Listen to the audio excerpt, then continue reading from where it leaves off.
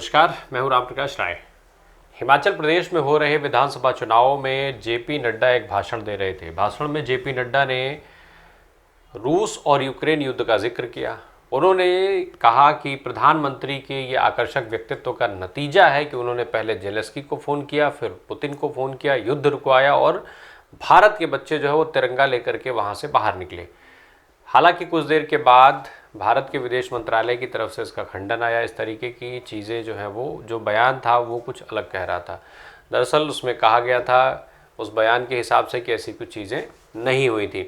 बहरहाल हमारा आज का प्रसंग ये नहीं है। हमारा आज का प्रसंग है रूस और भारत के बीच में पिछले कुछ दिनों में जो संबंध हैं वो और नज़दीकी आई है। उन संबंधों में और मजबूती आई है और इसको लेकर के पश्चिमी देशों में छटपटाहट मची हुई है। दरअसल ये मामला शुरू क्यों हुआ, हम इसकी बात आज इसलिए कर रहे हैं कि जो भारत के विदेश मंत्री हैं एस जयशंकर, वो इस समय रूस के आधिकारिक दौरे पर हैं। 7 और 8 नवंबर ये तारीख, 2 दिवसीय उनका दौरा, आधिकारिक दौरे पर वो हैं इस समय। इस दौरान कई जो है नए नए व्यापार से लेकर के कई अलग तरीके की बातचीत होनी है, कई द्विपक्षीय मामलों पर समझौता होना है।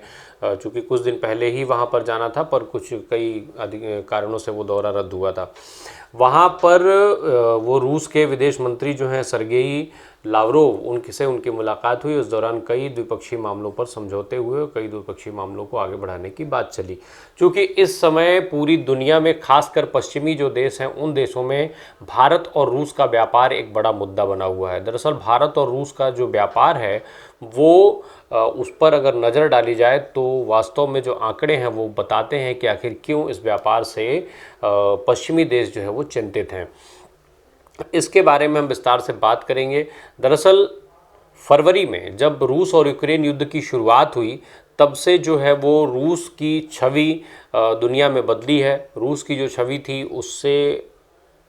उसकी छवि में काफ़ी गिरावट आई है, खासकर पश्चिमी जो देश हैं। पश्चिमी देशों में रूस की छवि एक बेहद आक्रमणकारी देश टाइप की बन गई है और उसको वो आक्रमणकारी ही मान भी रहे हैं। इसी के चलते वो जो पश्चिमी देश हैं लगातार रूस पर कई तरीके के प्रतिबंध लगाने की कोशिशें कर रहे हैं। कई सारी तमाम बड़ी कंपनियों ने रूस से अपना निवेश खींच लिया।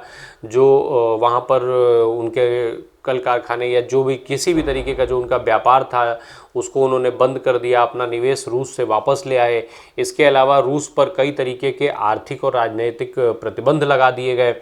इन सारी प्रक्रियाओं के बीच में जो भारत का रुख था वो भारत पूरी तरीके से इस मामले में तटस्थ रहा और भारत का जो ये तटस्थता वाला रुख था उसने पश्चिमी देशों को भारत के प्रति संदेह पैदा किया। पश्चिमी देश जो है वो भारत को शक की निगाहों से देखने लगे और इनको भारत की जो ये रुख था, भारत चूँकि इसमें से कई सारे ऐसे मामले थे जिसमें भारत ने वोटिंग में हिस्सा नहीं लिया, तो ऐसे में पश्चिमी जो देश थे वो भारत को शक के नज़रों से देख रहे हैं। इसका एक उदाहरण ऐसे भी समझा जा सकता है कि अभी हाल में जब इंग्लैंड में सत्ता में परिवर्तन हुआ, जब ऋषि सुनक वहाँ पर प्रधानमंत्री बने, तो उसके बाद जब प्रधानमंत्री नरेंद्र मोदी से उनकी बातचीत हुई तो उसमें फिर बाद में बयान आया, कहा गया, तमाम मीडिया रिपोर्ट्स भी ये बात कह रही हैं कि उसमें उन्होंने जो रूस और यूक्रेन का युद्ध है उसमें भारत का जो रुख है उस रुख को लेकर के ऋषि सुनक ने ऐतराज़ जताया था। हालांकि वो अलग बात है कि इससे भारत के ऊपर क्या फ़र्क पड़ा,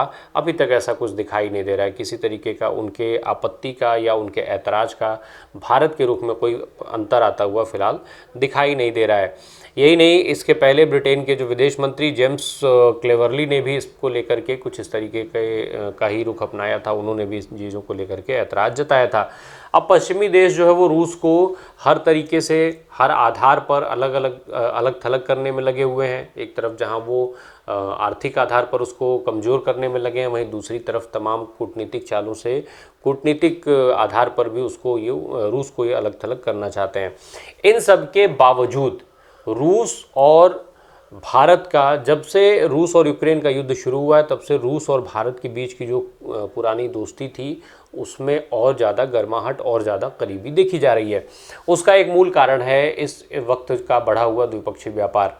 जो बीते कुछ समय में तमाम रूस के नेता भारत आए, भारत के तमाम नेता रूस गए। अभी प्रधानमंत्री नरेंद्र मोदी सितंबर में समरकंद गए थे, संघाई में, जहां पर उन्होंने संघाई सहयोग की बैठक में हिस्सा लिया था और वहां पर रूस के राष्ट्रपति व्लादिमीर पुतिन से उन्होंने मुलाकात की थी। इसके अलावा पिछले साल के अंत में, पिछले साल दिसंबर में ही व्लादिमीर पुतिन जो है वो खुद भारत के दौरे पर आए थे। इन सब के चलते जो भारत और रूस का व्यापार है उसमें ज़बरदस्त रूप से वृद्धि देखी जा रही है। जो सरकारी आंकड़े हैं वो कहते हैं कि जो व्यापार है द्विपक्षीय इन दोनों देशों के का जो व्यापार है वो लगभग उसमें 500% की बढ़ोतरी देखी गई है, जो अपने आप में एक बहुत बड़ा रिकॉर्ड है। अब जो अभी बीते कुछ महीने की बात की जाए, करीब 5-6 महीने, अप्रैल से लेकर के अगस्त तक के जो आंकड़े हैं उन आंकड़ों के हिसाब से करीब करीब जो व्यापार है द्विपक्षीय वो 18.2 अरब डॉलर तक पहुंच चुका है। और ये जो आंकड़े हैं वो तमाम वेबसाइट से, तमाम चाहे वो खबरिया वेबसाइट्स हैं, आर्थिक वेबसाइट्स हैं या सरकारी वेबसाइट्स हैं, उनसे इन आंकड़ों की पुष्टि की जा सकती है। तो 18.2 अरब डॉलर तक ये द्विपक्षीय व्यापार पहुंच चुका है। हालांकि कहा जा रहा है कि ये जो इसका लक्ष्य है द्विपक्षीय व्यापार का वो 40 अरब डॉलर का है। और जो बीता साल था, पूरे साल में करीब 8 अरब डॉलर का व्यापार हुआ था, जबकि इस बार ये केवल 5-6 महीने में ये व्यापार 18.2 अरब डॉलर का हो चुका है। और जिस तरीके से जो दोनों देशों का सहयोग चल रहा है उसके बीच में 40 अरब डॉलर का जो ये लक्ष्य है उसे प्राप्त करना कठिन नहीं माना जा रहा है। माना जा रहा है कि बहुत जल्द ही वो लक्ष्य भी हासिल कर लिया जाएगा। और इसमें सबसे जो आश्चर्यजनक चीज़ है वो ये है कि इन सब में सबसे बड़ा योगदान कच्चे तेल और फर्टिलाइज़र का है। जो आंकड़े हैं उसके हिसाब से कच्चे तेल और फर्टिलाइज़र का जो इस 18.2 अरब डॉलर का व्यापार है उसमें 91% हिस्सा जो है वो केवल इन्हीं से है, कच्चे तेल और फर्टिलाइज़र से।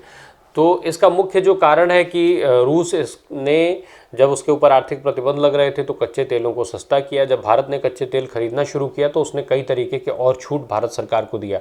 इसके अलावा चूँकि रूस से बहुत लंबे समय से तमाम तरीके के हथियार और दूसरे अन्य सामान खरीदे जाते हैं, तो ऐसे में जो व्यापार है, चूँकि रूस के साथ भारत का व्यापार पहले से अच्छा था और इस समय जब ये व्यापार और बढ़े हैं तो ऐसे में जो ये लक्ष्य है वो लक्ष्य बहुत कठिन नहीं माना जा रहा है।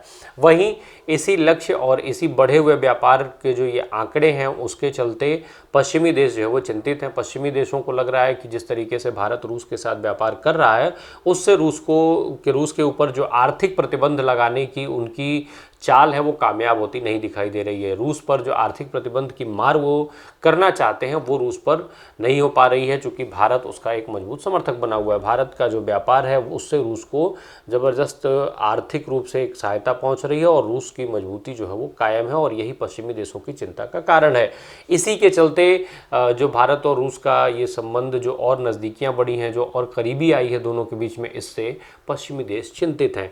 हालांकि जो समय समय पर इस तरीके की तमाम आपत्तियां आती रहती हैं, चाहे वो अमेरिका हो या दूसरे देश, वो इस तरीके की चीज़ों पर भारत के साथ आपत्ति जताते रहते हैं, पर अभी तक भारत के रुख पर इससे कोई अंतर नहीं पड़ा है। और इसकी जो मुख्य वजह है वो है रूस और भारत की पुरानी मित्रता। सोवियत रूस के ज़माने से चली आ रही भारत की रूस के साथ ये करीबी अभी फ़िलहाल जारी है। आने वाले समय में विदेश नीति के हिसाब से, देश की नीति के हिसाब से और तमाम दूसरे समीकरणों के हिसाब से भारत और रूस की ये मित्रता कितनी और करीब जाती है, ये देखने वाली बात होगी। बने रहिए हमारे साथ। धन्यवाद।